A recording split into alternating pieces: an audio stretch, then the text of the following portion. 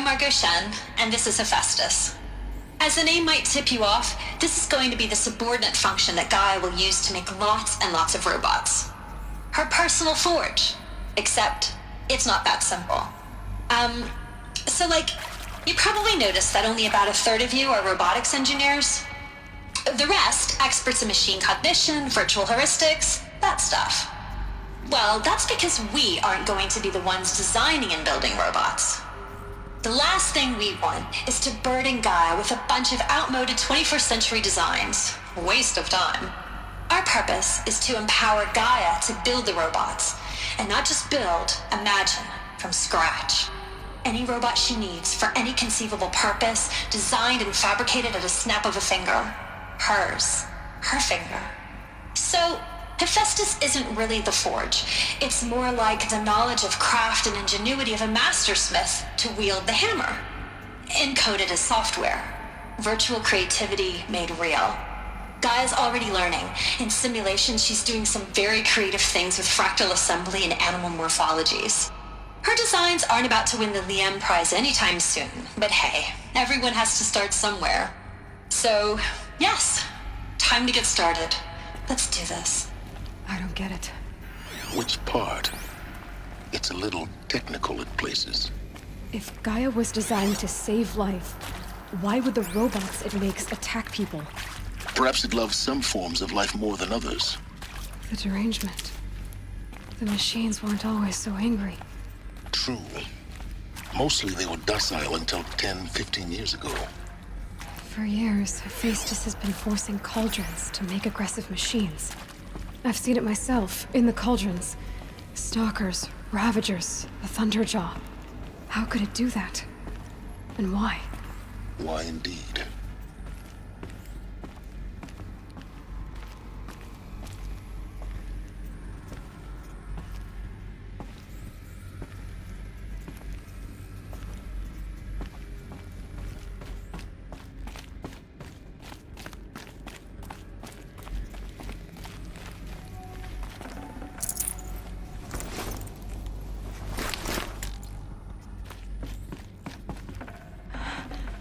I think this is it.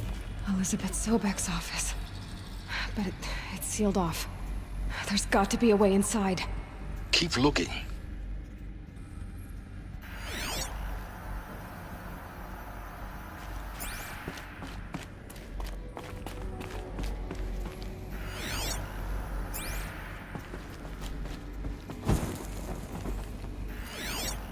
More eclipse.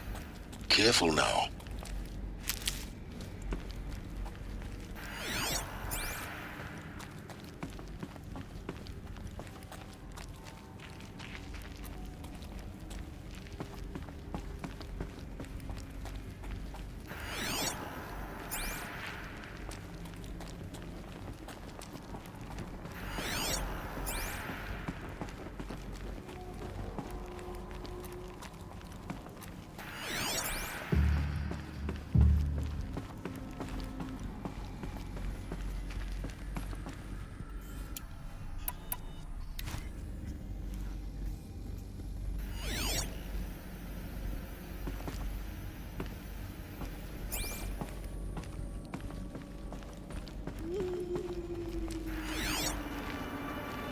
Welcome to Apollo, the collective memory of the human species and the wellspring of knowledge for future generations.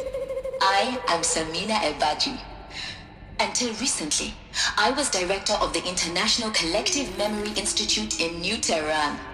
As a heritage professional, I devoted my career to the preservation of human knowledge, creative endeavor, and cultural achievement. Apollo is, therefore, the ultimate embodiment of a lifelong passion, albeit under the very worst circumstances imaginable. The challenges before us are immense. Specifically, we will have to design and implement 4 major initiatives simultaneously. First, the construction of data repositories in cradle facilities around the world ensuring redundancy. Second, the collection and processing of a projected 180 million discrete data entries. 42 zettabytes of data in Mandarin, English, Spanish, and Arabic. Third, the transferal and encoding of all that data onto DNA encapsulated in synthetic fossils. The only medium capacious and durable enough to safeguard it without degradation for the centuries to come. And last, but not least, the development of the holographic interface and gamified curricula, by which future humans will commune with Apollo, progressively unlocking heuristic learning modules, leveling up their knowledge and skills they will need to take control of the terraforming system. That is the future towards which all of our efforts will be directed. Not just the preservation of the past, but the seed for the flourishing of a new tree of knowledge. Welcome, and let us begin.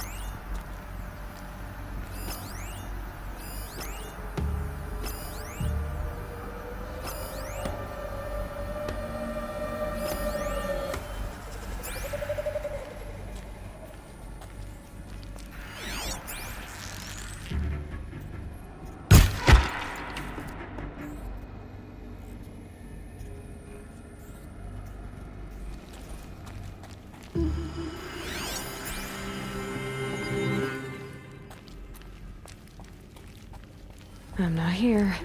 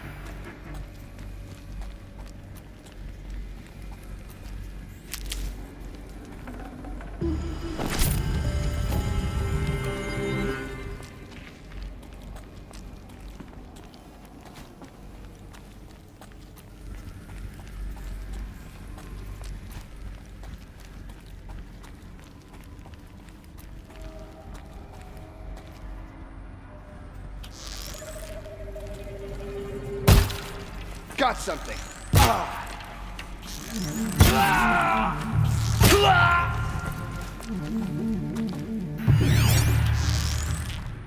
Where is he?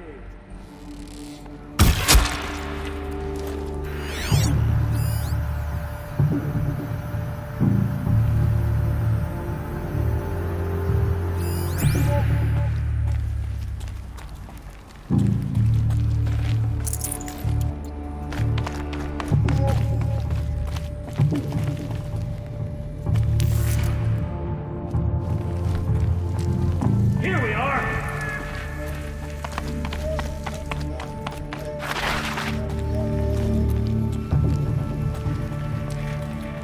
Gone!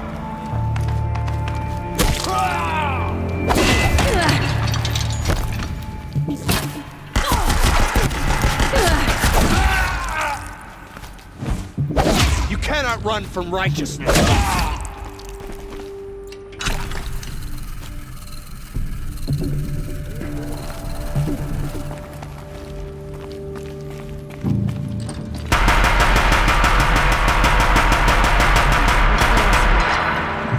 Once more.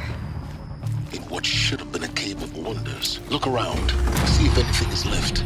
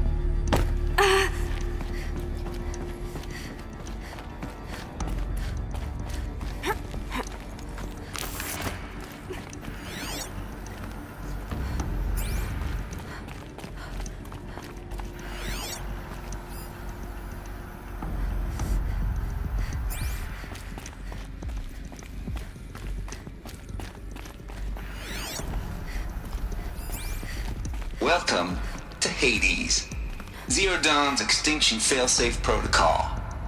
The ultimate killer app. Now, I know what you're thinking. The purpose of Gaia is to resurrect life.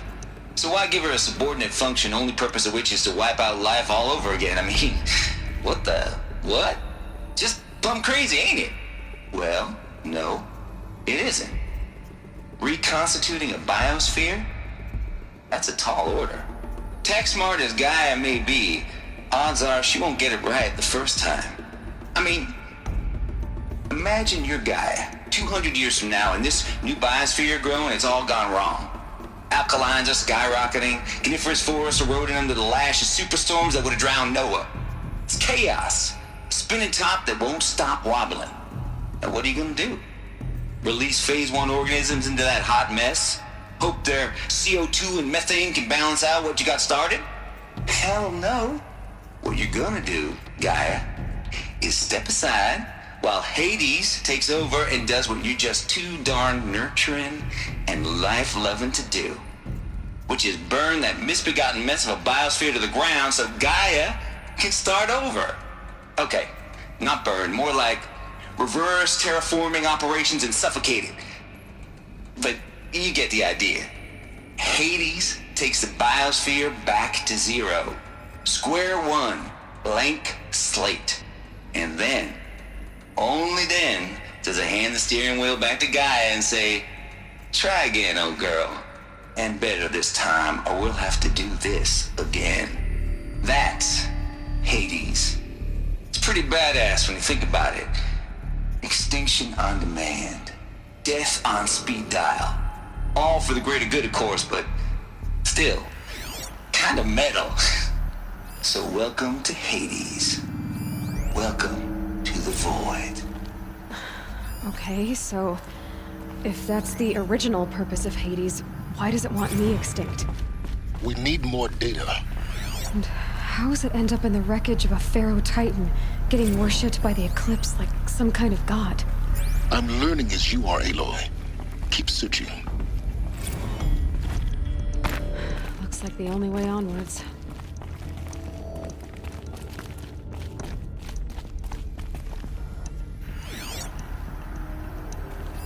Welcome to Eleuthia, the crown and king of Gaia's subordinate functions. For it is by Eleuthia that the human race will continue to exist. Human beings. I am Patrick Brochard-Klein, the alpha in charge of this program. Now let one thing be perfectly clear from the outset. Eleuthia is not a genetic engineering project. Our goal is to preserve the human genome, not alter it. A snapshot of human genetic diversity, literally frozen in time. The genetic quintessence of our species, unmodified. Under my watch, our activities and initiatives will comply with the 2034 clone provisions and the 2048 Rally Accords. Now that may seem a quaint, even trivial concern to you in light of present circumstances, but as one of the authors of the Accords, it is far from trivial to me. The practical challenges before us are staggering in scope and complexity, but not insurmountable. No.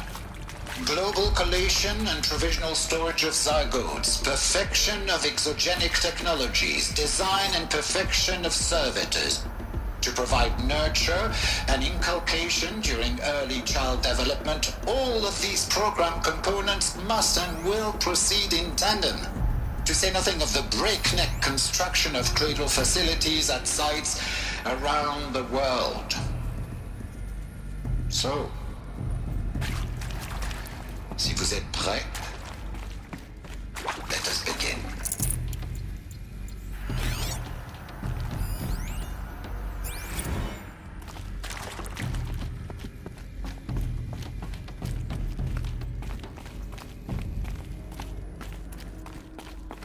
Cradle facilities. Elizabeth said a new generation of humans would be spawned inside such places. She did. All Mother Mountain. It was one of them? There's only one way to be sure. The hatch wouldn't open. Something about a corrupted Alpha registry. I need to search Elizabeth's office.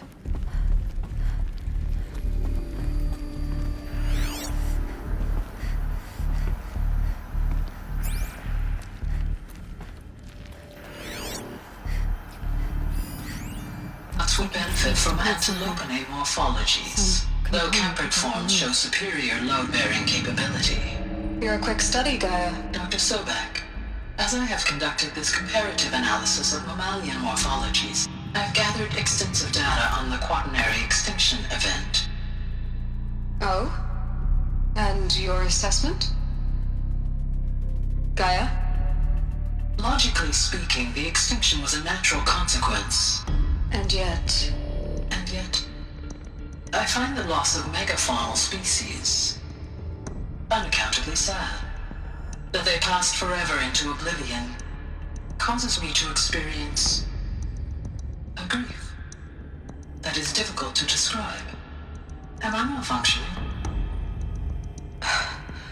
No, Gaia, you're not. This is good. It's very good.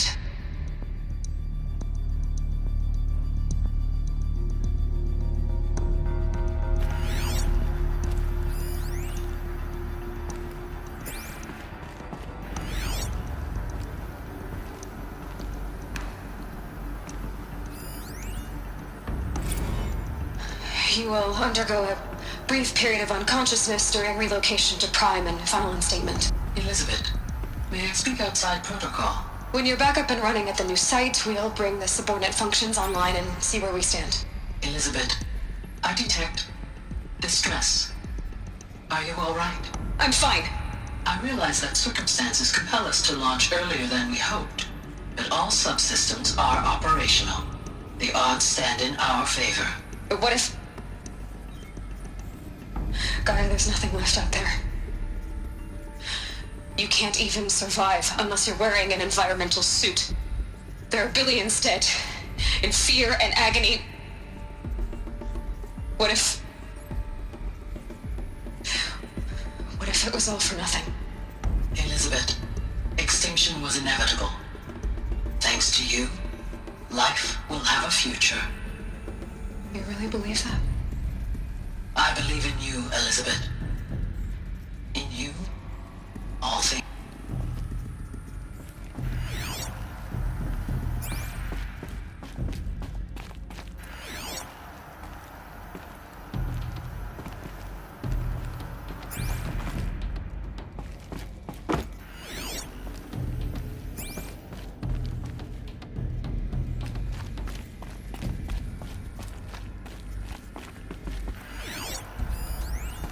Pure logic won't cut it, Ted. To pull this off, Gaia's going to need to have some skin in the game. It has to care. What if it runs amok? Have we learned nothing from our mistakes? Your mistakes, I think you mean? All I'm saying is, give it a kill switch. She was just born, Ted. I'm not gonna put a gun to her head while she's still in the cradle. You talk like it's a child. What if it becomes a monster? Elizabeth, may I speak outside protocol? Of course, Gaia, go on. I'm sorry to contradict you, but Mr. Farrow's argument is sound. At this point, the development of my psyche is not entirely predictable. To ensure preservation of life, a hardwired override is, I believe, a necessary safeguard. There. Satisfied, Ted? Jeez, Liz, just do what it says.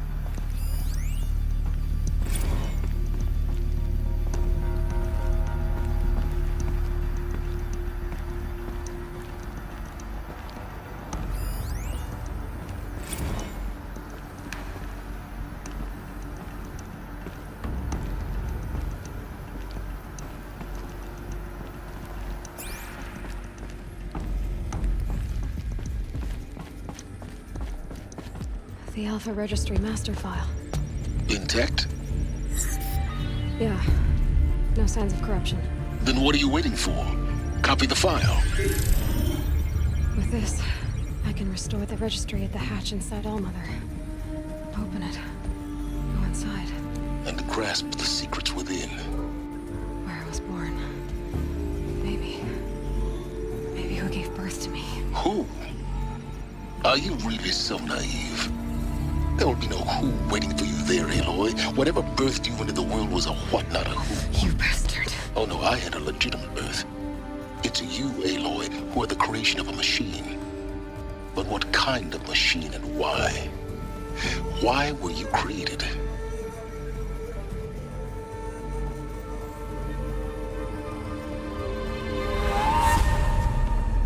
Eclipse. You need to get out of there. What you found is too valuable. You're too valuable.